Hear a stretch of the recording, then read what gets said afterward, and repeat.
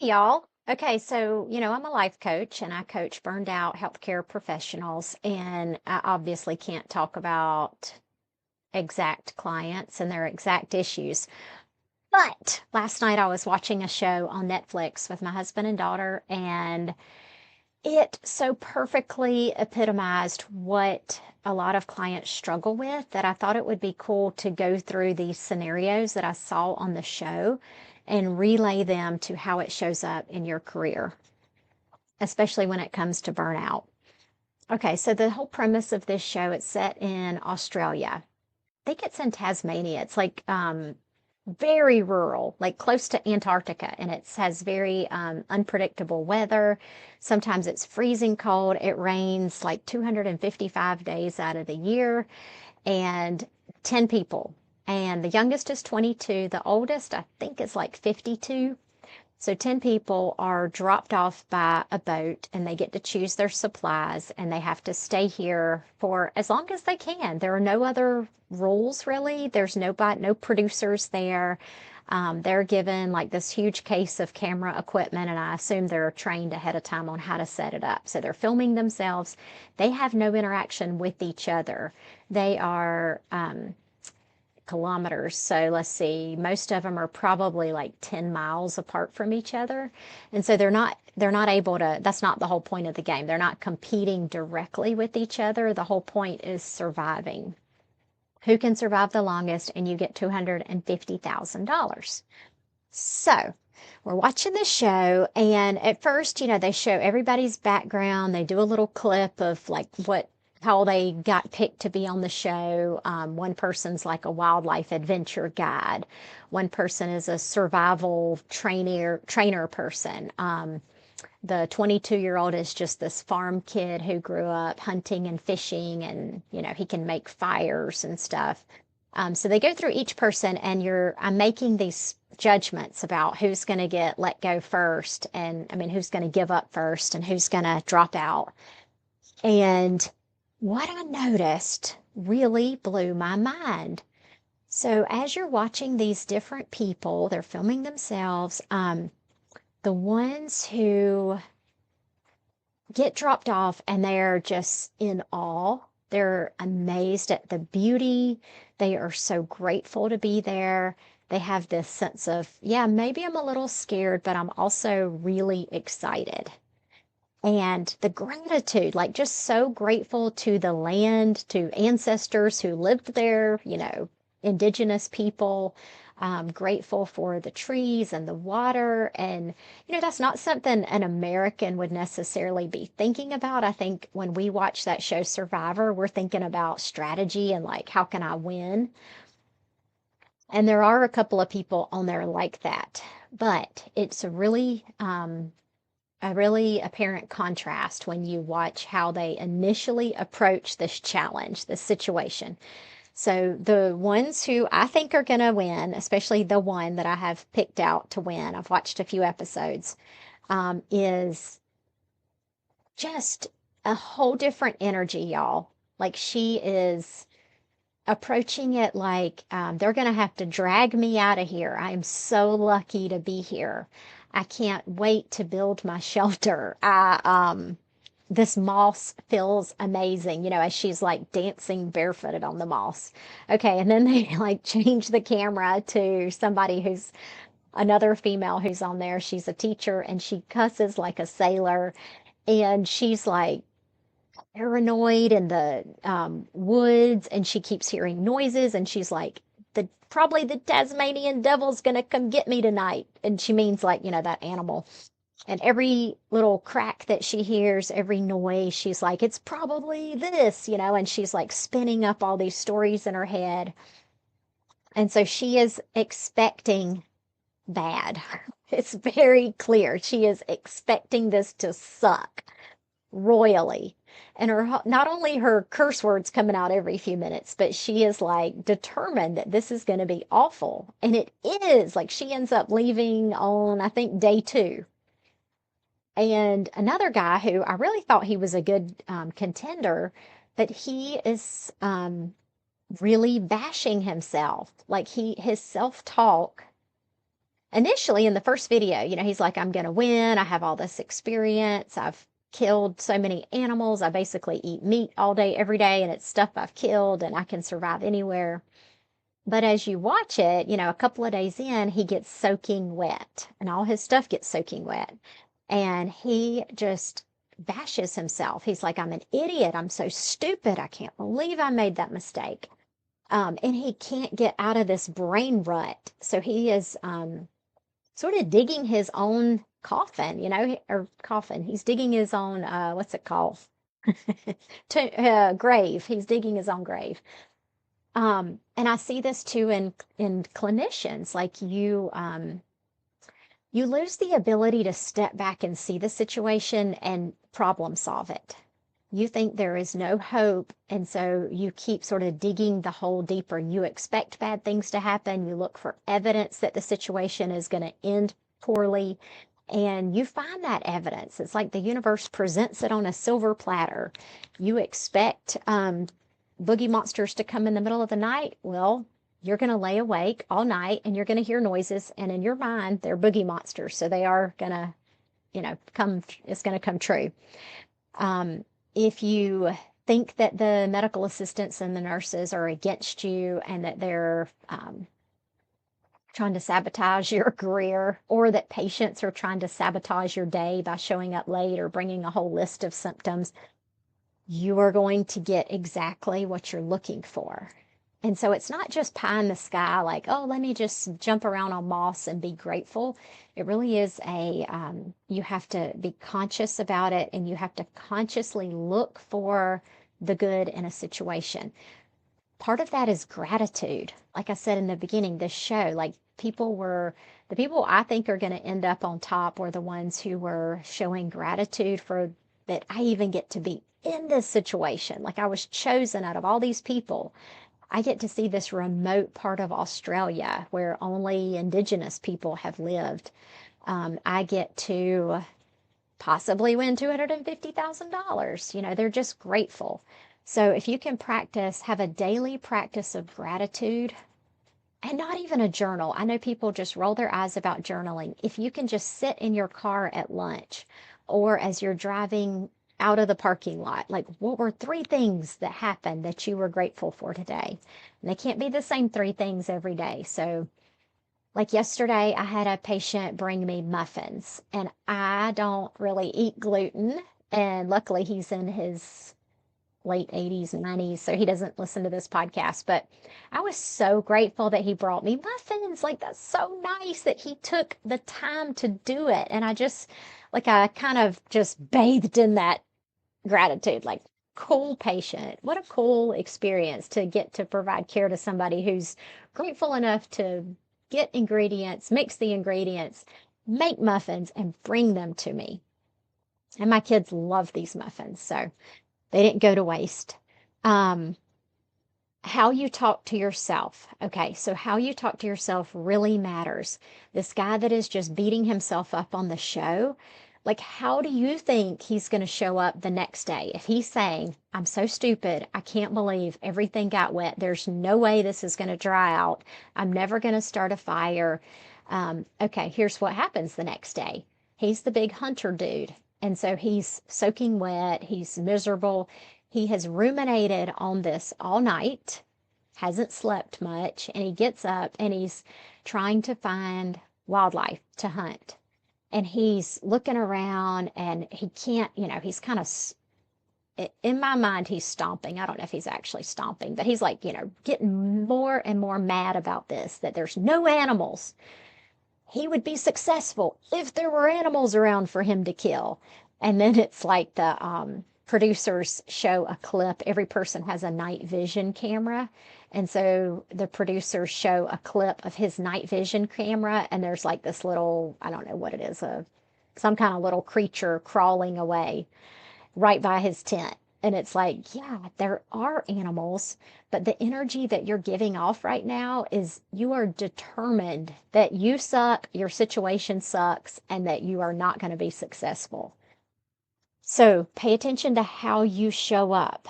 Even if you can just like change one little outlook, instead of saying like, I'm so stupid, Like, what is the opposite of I'm so stupid? I'm so smart. So that may be a stretch. Maybe he's not ready for that. But what if he said, I made a mistake? I got wet. What if he showed himself some grace? What if you showed yourself some grace, especially as a new graduate? Like, I really beat up on myself. But I tried to say, even though I got really behind today, I'm making progress, or I did my best, or patients seem to be really nice about it. So, how can you pull in some positive, even if it's not like flipping that thought to the opposite? How can you bring in just a little bit of self-kindness? Um, Good versus evil. Okay, this is the next thing that stood out to me. So, it was about equally divided between contestants who were saying stuff like, um, I have to conquer the wild. I have to fight nature. I'm going to beat, this forest into submission. That was kind of what they were saying, even though they didn't use those exact words. And then the other half were like, I'm going to work with nature. I'm going to work with the materials that I have. The lady that I think is going to end up winning, her name is Gina. And she even, like, when she was building the shelter, she even, like, looked up at the tree and she said, and you want to help me make a shelter, eh? Like, she kind of asked the tree, like, are you going to help me out? Like, her whole mindset is like, this nature and my circumstances, everything is working with me. And the other half of the contestants were like, the nature, the circumstances, the weather, everything is against me and I'm fighting it. And so, what are you fighting in your current life? Like, how are you? Look at your current work situation or your family situation. Do you feel like you're always pushing against something? Are you always using they? If they would just pay me more, if they would just cut my hours, gosh, if they would just not show up late, if they would just find some more scribes to help me out. Um, Whereas I think that the winning contestant is one who works with, she sees that everything is sort of, it has the potential to conspire with her.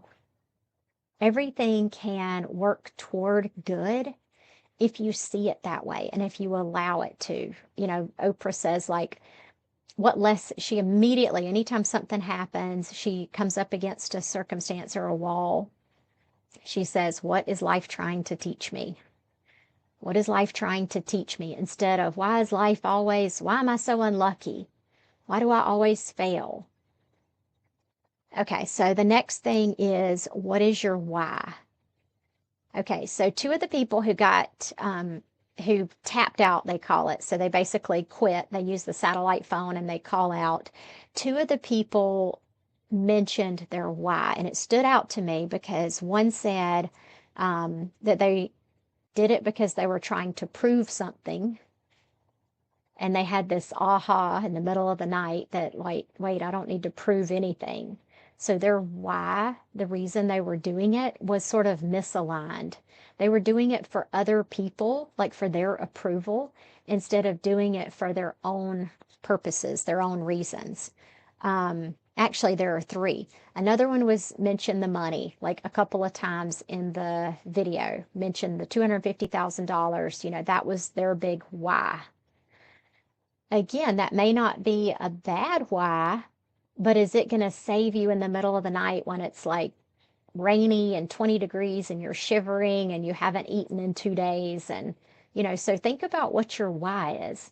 And the third one said that he did it because of his daughter. He said, I wanted her to have something to look back on with her dad, like making this huge accomplishment.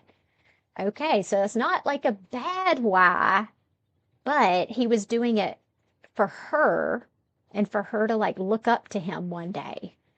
And so I think the winner, I think it's going to be Gina. And Gina is doing it because she truly wants to be out there. She loves creating survival scenarios and then being able to work with nature to survive. So I think it's just like a whole different ball game when you get straight on your why and when your why is aligned with your values. So, if you are struggling in healthcare right now, think about what's driving you. Like, why are you in the particular job that you're in? Did you take it because, and that may have shifted. Maybe you took it because you really did love that field of medicine or that population of patient. And then maybe that has shifted over time and that's no longer serving you. Or maybe you had a mentor and you really wanted to work with this person. And, that's already petered out and you no longer feel like the mentorship is feeding your soul or giving to you. So really think about your why. Is it the money? Is it the salary? Is that why you took the job? So if you can get straight on your why, it will carry you through during those really hard times. I could keep talking. How long have I been talking? Okay, let's go a little bit longer. Okay, the other thing that struck me was this sunk cost fallacy. So the teacher, she cusses a lot and she's funny. And so she was the one who was really hating the woods. She set up her camp in the woods and she was so scared and she kept thinking tree branches were going to fall on her head and a Tasmanian devil's going to get her. And the next day she went and found a pretty spot by the water, like a flat, open spot. It's by the water. But she was like, I've already set up my tent. I'm going to have to haul everything over here. So she was talking about this sunk cost that she's already put in time and effort. And granted, you do have to watch your calories and, she's not getting any food, so she didn't want to use too much energy. But this is not the case with you and your job. So I hear this so much, like, but I've already put in 10 years. I've already have like my retirement built up. I already have so many days off. I have 6 weeks off a year.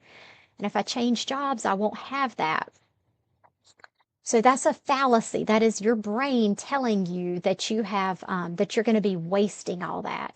But that's in the past. Like you've already spent that energy. You've already spent the money, the years, the whatever. Like you're not getting that back. No matter what, you're not getting that back. That is in the past. And so how can you look forward and make a choice that will serve you going forward? And just let go of all that other stuff. Because if you keep holding yourself hostage to all the all the prices you've paid up until now, then you're going to stay stuck forever. And that price is a whole lot more than what you've already paid, don't you think?